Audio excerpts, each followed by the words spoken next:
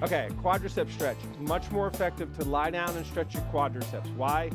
Because quadricep indicates 4. There's 4 quadriceps. One of them crosses the hip. When you stand up and do a quad stretch, you let your pelvis rock forward. It takes that muscle off the stretch. Anchoring your pelvis on the ground here is going to fix the pelvis so we can stretch all 4 quads. I want you to reach back and grab your foot at the laces. It's another stretch where we're getting 2 muscles at once. We're getting the front of the shin here, anterior tibialis, which is a really important muscle for running and often the issue with shin splints, and we're stretching that. But the chief and focal point of this exercise is to get the quadricep.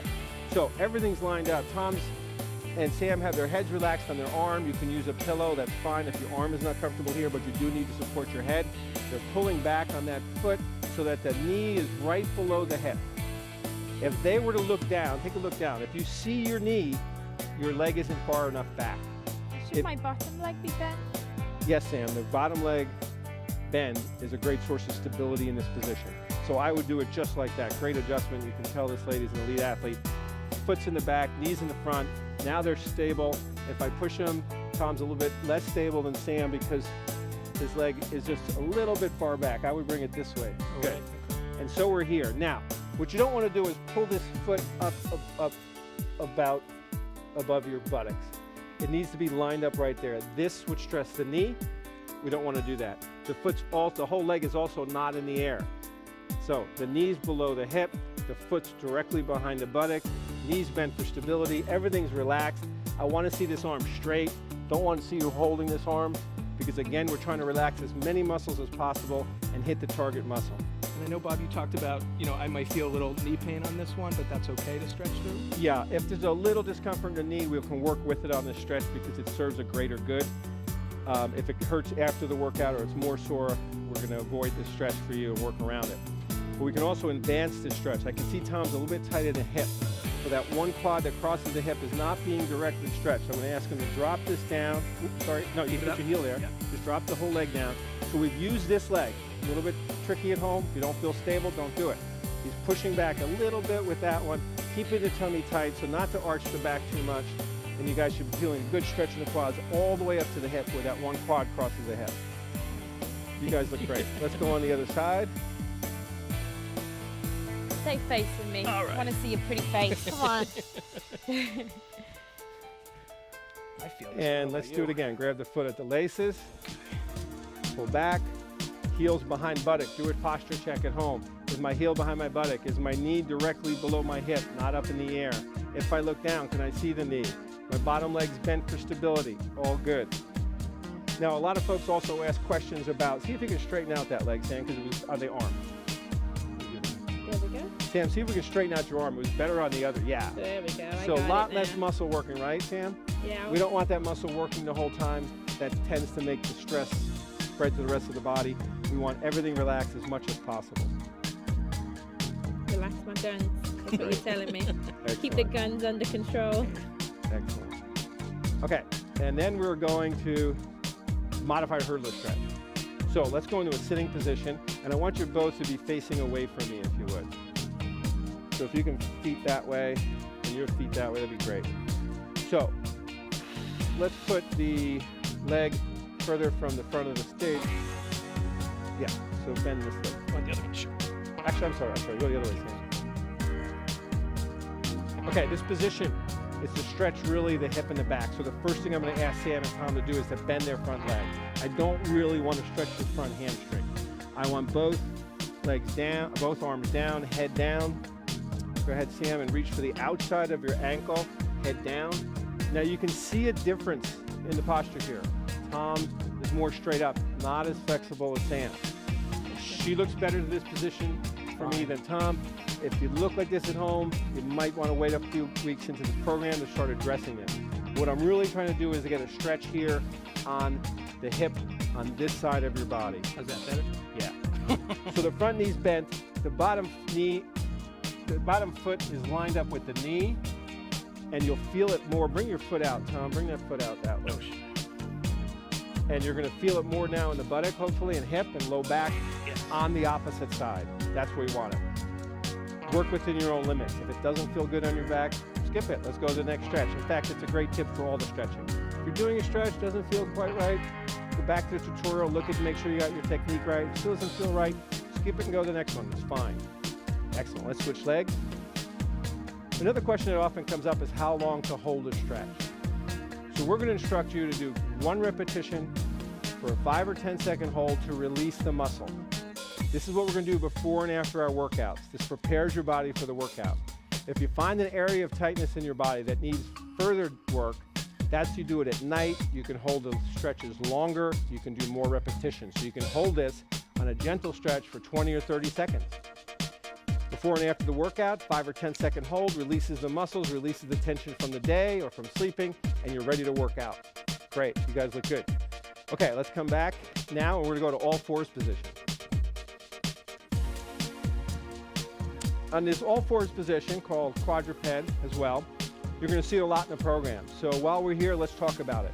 We want the hands and knees closer than further. No reason to be stretched out. I'm gonna even ask Sam, yeah, that was a good adjustment. Even more, Sam. Even closer. No reason to be stretched out. We want your base right under you. So hands are right below shoulders. They're not in front or out, right below. The knees are right below the hips. Good position. We're going to use this first for a stretch called a cat back. I'm going to ask you to drop your head down and let it hang. We never force our head down. We just let the weight of your head and gravity's effects pull it down. So can you go down further, Sam, to that head? Am I better? Yeah, I don't want to force it. I just want to make sure you're at your limit. Good. Okay, strong pelvic tilt. So you tighten your tummy, you push up from here, the back rounds out, the shoulder blades separate, and now we're getting a great stretch through the back, the neck, even the lower back.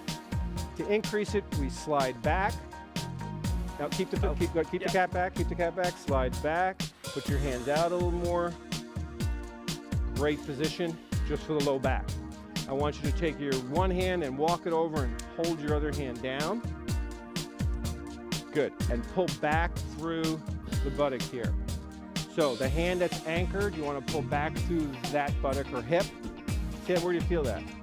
I feel it right where you said, right through the side. Yeah, and you might get a little low back, a lot of the back of the shoulder. Again, you've seen me do 3 or 4 stretches to the back of the shoulder. Why? Because it's an area of constant concern. Issues always arise with the rotator cuff being too tight and too weak in the back. So we're going to stretch it, we're going to strengthen it, we're going to make the shoulder joint work properly. Great. Let's walk your hands over to the other side. Anchor down again. Now pull through the opposite butt cheek. Head down, Tom. Great. You're feeling it in here? A lot, yeah, my back and shoulder. Wherever you feel it, that's the tightest link. Yeah. As that area loosens up, you'll start to feel it further down in other areas. Stretching is a chronic exercise. You want to do it regularly, you want to do it often, easy to do, don't need any equipment, don't need anyone else. Great for relaxation, great before bed for recovery. Good, excellent. Now from this position, we're going to come up to kneeling. So let's put one foot out in front, and I want to make sure always that your foot is in front of your knee because we're going to lunge forward. At home, what I'm doing here is a great idea. You can use a prop, put your hand on your desk, on a chair to help guide you. If your knee is sore, use a towel under your knee or even a pillow. If we can get you into this kneeling position comfortably, it's going to be very effective.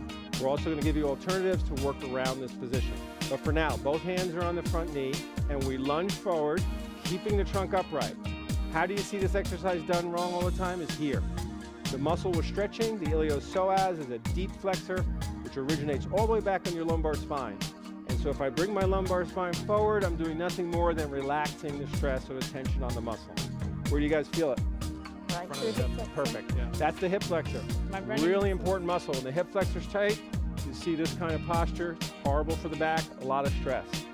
Now, let's rock back and straighten out your front leg for the hamstring stretch. This is one position we can use for hamstring stretching. We'll show you others. And all I want you to do here is to hinge at the hips. Put your hands right here, guys. There's a difference between bending the back and hinging at the hips. This is bending the back, a no-no in exercise. Hinging at the hips is here, the back is flat and safe. You guys feel the stretch? I feel it. Tight Great today. great time to focus on the subsiding tension principle of stretching. This is a muscle that's going to talk to you. You're on stretch, you feel the tension.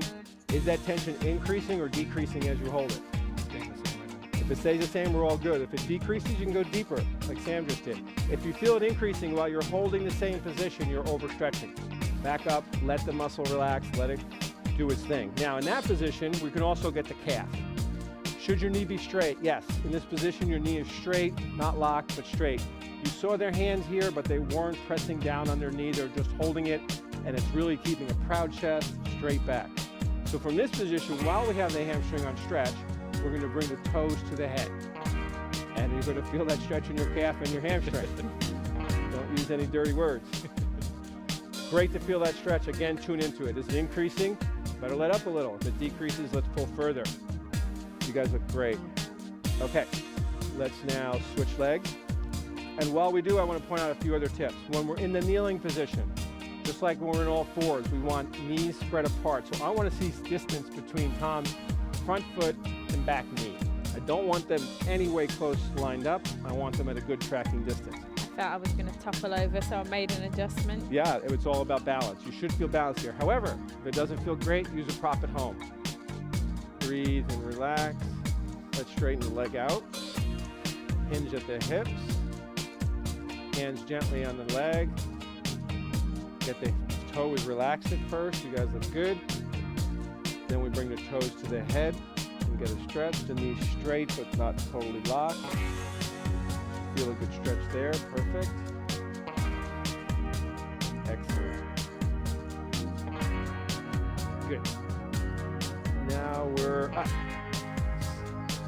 going to show a modified form of that hamstring stretch. So I'm going to have you both stand here in front of your table with your foot up on the table. Good. So you're facing directly this way, Sam, so move that foot there. So you're 100% facing your foot. Great. You're going to do the same. I want that foot facing me. Great. Excellent. Again, it's a low surface. I can put my foot up on a bar here. Don't have to. I just have to get a gentle stretch. I'm going to hinge at the hips. Back is flat and safe. Hands are here. Eyes are gazing about 6 or 7 feet in front of you on the floor. You tune into the stretch once again. So if kneeling is not great for your knees, you don't feel real comfortable, this is a modified position that works very well. It's called a standing hamstring stretch. Follow all the same subsiding tension principles and you'll be safe in this position. Feels good? Yeah. Now, you can, from this position, turn 90 degrees this way. Keep that foot upright, Tom. And now you should feel it on this inner thigh. If you want to increase it, you can bend this knee. So if you have any back issues, you're better off bending this knee. If you have a little knee soreness, a better adjustment is to come straight up and side bend there. Excellent. Let's do the other leg so you guys don't walk around in circles when we leave here.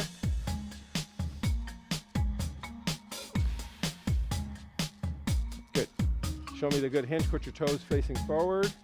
Bottom toe facing forward. Excellent. Hinge at the hips. Excellent.